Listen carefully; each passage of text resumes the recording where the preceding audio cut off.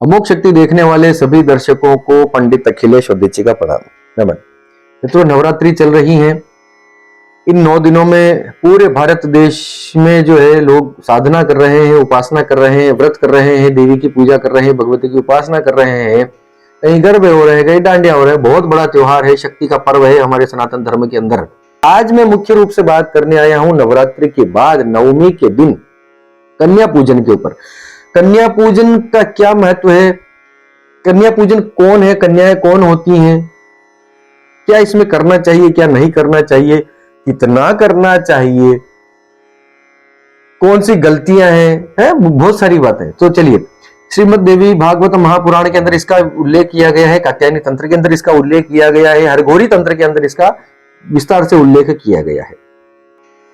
यदि आप 9 दिनों के अंदर व्रत रखते हैं, पूजा करते हैं, उपासना करते हैं, साधना करते हैं, किसी मंत्र को लेकर 9 दिनों का कोई अनुष्ठान पुरस्चरण करते हैं, गृहस्थ हो चाहे कोई साधक हो, संत हो, सात्विक हो या वाम मार्गी हो, कोई फर्क नहीं पड़ता। 9 कन्या पूजन का विधान सबके लिए अनुकूल बताया गया है, सबको करना ही चाहिए। ठीक है। अब 9 कन्याएं कौन कौन होती हैं? देखिए, 1 वर्ष की कन्या को 9 कन्या में नहीं लिया गया है, नहीं गिना गया है।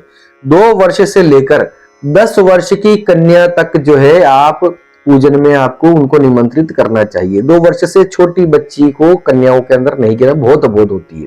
2 वर्ष की कन्या को कुमारी कहा जाता है, 3 साल की त्रिमूर्ति, 4 साल की कल्याणी, 5 साल की रोहिणी, 6 साल की कालिका, 7 साल की चंडिका, 8 साल की शांभवी, 9 साल की दुर्गा और 10 साल की सुभद्रा। ये 9 कन्याओं के नाम हमारे तंत्र ग्रंथों में विशेष रूप से दिए गए हैं। देवी भगवती को अर्चना प्रिय है। देवी भगवती को आप समझ लेना, जिस प्रकार से भगवान शिव को जलधारा प्रिय है, भगवान सूर्य को नमस्कार प्रिय है, भगवान विष्णु को पूजन प्रिय है, इसी प्रकार से देवी को अर्चना प्रिय है। अर्चना का अर्थ आप उसके अंदर मंत्र स्वरूप करके मंत्र बोलते हुए आप उनकी पूजा करें, उनका लाड करें, उनको उनका श्रृंगार करें। ये अर्चन के अंतर्गत आता है। किस प्रकार से आप श्रृंगार कर रहे हैं, है ना, उनको पुष्प चढ़ाना, उनको अच्छी सी चुनरी ओढ़ाना, ये सब जो आप श्रृंगार करते हैं ना, ये सब अर्चना के अंदर। तो देवी को अर्चना विशेष रूप से प्रिय है। अब 9 कन्या पूजन का अर्थ इसके अंदर लेकर चलिए, विधान समझिए। 9 कन्या जब आपके घर में 2 से 10 साल, मैंने आपको बता दिया पहला, जब आपका अनुष्ठान कंप्लीट हो जाए तो सुबह के समय आप अपने घर को पूरी तरह से साफ स्वच्छ कीजिए। 9 कन्याओं के लिए भोजन अपने घर में अपनी रसोई में बनाइए। शुद्ध सात्विक भोजन होना चाहिए, उसमें लहसुन प्याज नहीं होना चाहिए। घर में अपनी कन्याओं को अपने बुलाइए।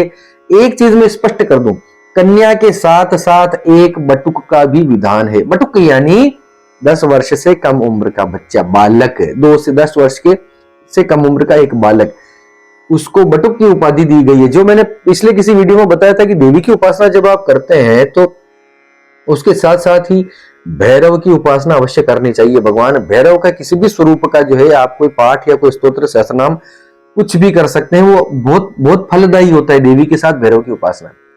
इसीलिए 9 कन्या जब भी आप भोजन पूजन करते हैं, अपने घर में आमंत्रित करते हैं, तो उनके साथ ही एक बटुक को भी निमंत्रित कीजिए। किसी ऐसे बच्चे को जो 10 वर्ष से कम उम्र का हो, 9 कन्याओं के साथ साथ उस बच्चे का भी आपको पूजन करना है। उनको एक कतार में पहले बिठाइए, उसके बाद उसके नीचे एक परात, अपने परात लीजिए। परात दोनों जिन्होंने जो संकल्प कर रहे हैं, मुख्य यजमान जो पति पत्नी है घर के अंदर, घर के सभी सदस्य कर सकते हैं तो कर लीजिए, इससे अद्भुत कुछ हो नहीं सकता। हर एक बालिका के राइट पांव का अंगूठा उसको आपको धोना है, उस अंगूठे की पूजा करनी है, उसको जल चढ़ाइए, उस पर कुमकुम का टीका लगाइए, उसको मौली बांधिए, उस मौली अर्पित कर दीजिए, उस पर पुष्प चढ़ाइए और उस अंगूठे को अपने माथे से लगाइए, माथा वहां पर टेकिए। ये पूजा हुई कन्या की भोजन करने से पहले। हर एक कन्या का इसी प्रकार से आपको पूजन करना है। उसके बाद माथे पे टीका वगैरह तो लगा नहीं है, माथे पे टीका लगाइए, उसके बाद उसके अंगूठे की पूजा करनी है। अंगूठे का जैसे देवी मानकर राइट पांव का अंगूठा।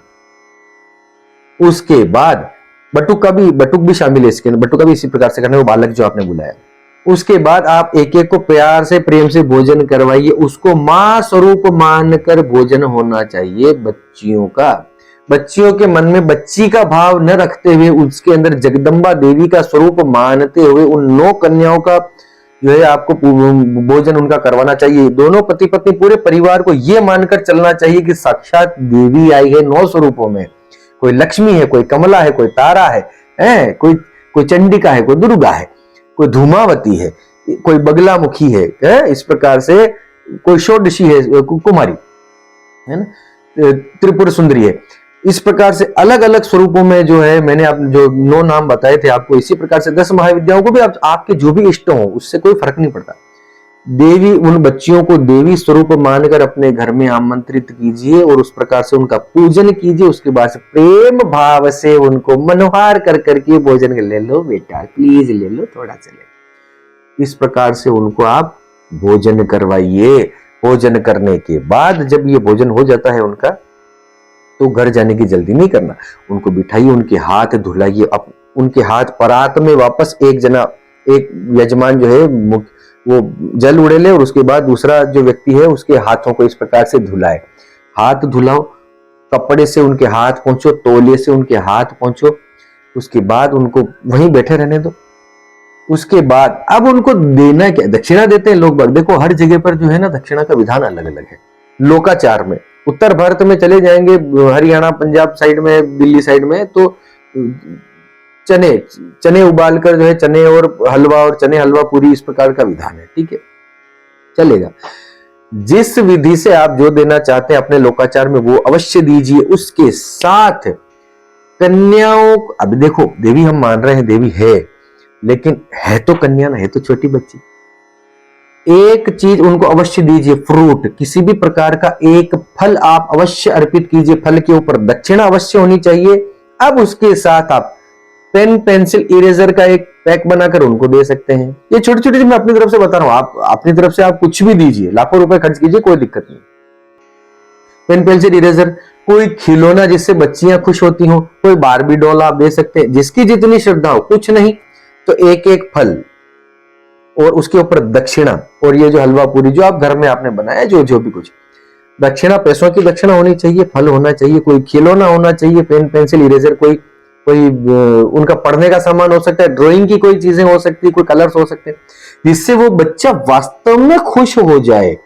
इस प्रकार से उनको भेंट कीजिए और उनके पांव छुइए, दोनों पांव के अंगूठे पे इस प्रकार से हाथों को क्रॉस रखते हुए बच्चियों के पांव प्रॉपर लिटरली टच करके उनके पांव छुइए और उनको बोलिए हमारे माथे पर पांव हाथ रख दो मां, हमें आशीर्वाद दो, हमें इस प्रकार से आशीर्वाद लीजिए उनका। 9 कन्या और 1 बटुक का इस प्रकार से पूजन करके इस प्रकार से उनका आशीर्वाद लीजिए।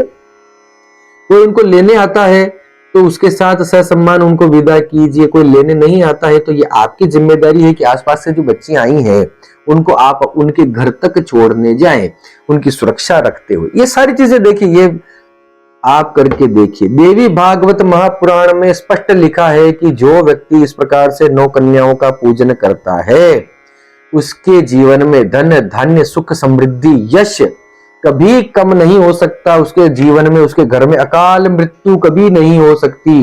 देवी को अपनी पूजा से जितना सुख मिलता है उतना ही सुख 9 कन्या पूजन से मिलता है, छोटी छोटी बच्चियों का पूजन करने से। इससे आपके जीवन में यश सम्मान बढ़ेगा, आपके अंदर एक सात्विक भाव पैदा होगा, आपकी संतान में एक सात्विक भाव की उत्पत्ति होगी, उसकी बुद्धि शुद्ध होगी।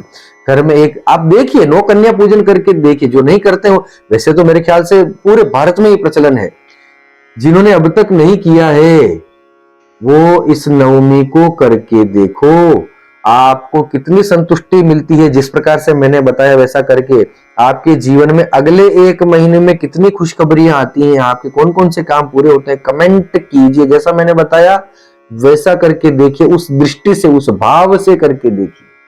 तो ये था 9 कन्या पूजन का। अभी इसमें देखिए एक बात और थी, 9 कन्या पूजन में क्या क्या आपको नहीं करना है। किसी प्रकार का क्रोध नहीं करना है घर के अंदर, बच्चों को किसी प्रकार से असुविधा हो जाए ऐसा काम नहीं करना, कन्याओं का हमारे हाथ से कहीं अपमान ना हो जाए ऐसा काम ना करें। भोजन जब परोसा जाता है तो सबसे पहले वो कन्याएं भोजन करें। कन्याओं के भोजन के साथ साथ आप अपने भगवान को भी भोग लगा दीजिए प्रसाद के रूप में। भगवान को सबसे पहले, प्रभु को, अपने जो भी आपने देवी की उपासना की है या नहीं की है, अपने मंदिर में प्रसाद चढ़ाते हुए एक थाली वहां चढ़ाकर फिर कन्या, सबसे पहले कन्याएं भोजन करेंगी, उसके बाद घर का बच्चा बच्चा भोजन करेगा। अपने घर के बच्चों को भी उस वक्त, उस दिन कुछ मत खिलाइए। हो सकता है कि बच्चे परेशान हो जाएं कुछ, लेकिन नहीं रह सकते तो दूध पिला दीजिए, वो ठीक है, वहां तक ठीक है। लेकिन मेरा तो यह मानना है कि अपने बच्चों में भी इसे संस्कार डालिए। जब तक कन्याएं नहीं भोजन करेंगी तब तक घर का कोई सदस्य भोजन नहीं करेगा। उसके बाद कन्याओं की पत्तल वगैरह अपने हाथ से उठानी है। इस पर ये बड़ी स्पेशल बात है, मैं भूल गया। कन्या जब पत्तल में भोजन करें या थालियों में भोजन करें तो पत्तलों को, उन थालियों को आप उठाएं, कन्याओं को न उठाने दें। वो जूठन आप उठाएं, उस जूठन को आप साफ करें। जिस आसन पर वो बैठी हैं उस आसन को आप उठाकर समेट कर रखें। ठीक है, ये सारा विधान मैंने देखिए बताया। हो सकता है लैंग्वेज कुछ आगे पीछे, कुछ पहले बताने की चीजें मैंने बाद में बताई हूँ, बाद की चीजें पहले बता दी हूँ, वो सब ठीक है, लेकिन एक्यूरेसी के साथ बताया। इसी प्रकार से आप 9 दिन में अपना प्रयोग कीजिए, देखिए जीवन किस तरह से बदलता है। अब एक और स्पेशल चीज बताता हूं। अभी आवश्यक नहीं है कि आप नवरात्रि के दौरान ही ये पूजा, जो देखिए नहीं कर सके, आप बाहर हैं, नहीं कर पा रहे हैं, इस वर्ष नहीं कर पा रहे हैं, तो किसी भी माह के शुक्ल पक्ष की नवमी तिथि को आप ये प्रयोजन कर सकते हैं। जिनकी कुंडली में बुध खराब है, जिनकी कुंडली में चंद्रमा के दोष है, चंद्रमा का राहु के साथ दोष है, कोई बड़ा पितृ दोष है, देवी भागवत महापुराण में तो इतना लिखा है कि अपने पितरों को संतुष्ट करने के लिए भी जो 9 कन्याओं का पूजन करता है, सप्तशती के पाठ करता है, शतचंडी का विधान करवाता है, रुद्र चंडी का विधान, अपने पितरों को सुख देने के लिए, उनको मुक्ति के लिए, तब भी वो उनको बहुत जाके लगता है, पितर उससे संतुष्ट होते हैं। 100 वर्ष तक उसके पितर उसको परेशान नहीं करते। इस प्रकार के देखो चीजें दी गई हैं। तो मेरी तरफ से एक उपाय ये सुनिए कि प्रत्येक नवमी को, शुक्ल पक्ष की, महीने में एक बार आती है, ठीक है, शुक्ल पक्ष की नवमी तिथि को 9 कन्याओं का अगर भोजन आप करवा सके अपने घर में, सुबह करवाएं, शाम को करवाएं। बच्चियां सुबह सुबह स्कूल जाती हैं, दिन में आ जाती हैं, तो जैसा भी शाम का भोजन करवा दें, लेकिन शाम का करवाएं तो इतना तय करें कि इतना निश्चित करें कि वो बच्चियां अपने घर से सकुशल आए और सकुशल वापस अपने घर पर जाए, आप उनको छोड़कर आइए। हर नवमी को, प्रत्येक मास की नवमी तिथि को, शुक्ल पक्ष की, आप 9 कन्याओं का पूजन इस प्रकार से उनको भोजन करवाइए। 12 महीने के अंदर आपका कठिन से कठिन काम होगा, वो आपके घर में आप होता हुआ देखेंगे। ये मैं जबान दे रहा हूं, मैं वचन दे रहा हूं आपको।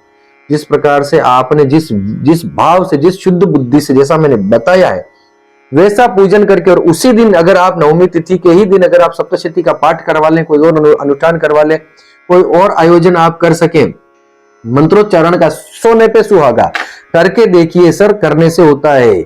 आपकी कुंडली के कितने दोष हैं जो ये मंत्र नहीं मिटा सकते? कौन सी परेशानी है ऐसी जो आपके उपास्य भगवान इष्ट आपके नहीं दे सकते? करने मांगने वाला चाहिए, बच्चे की तरह मांगने वाला चाहिए, देने वाला तो देने को तैयार बैठा है। अपने इष्ट को प्रबल कीजिए, अपनी आस्था को उच्चतम स्तर पर लेकर जाइए।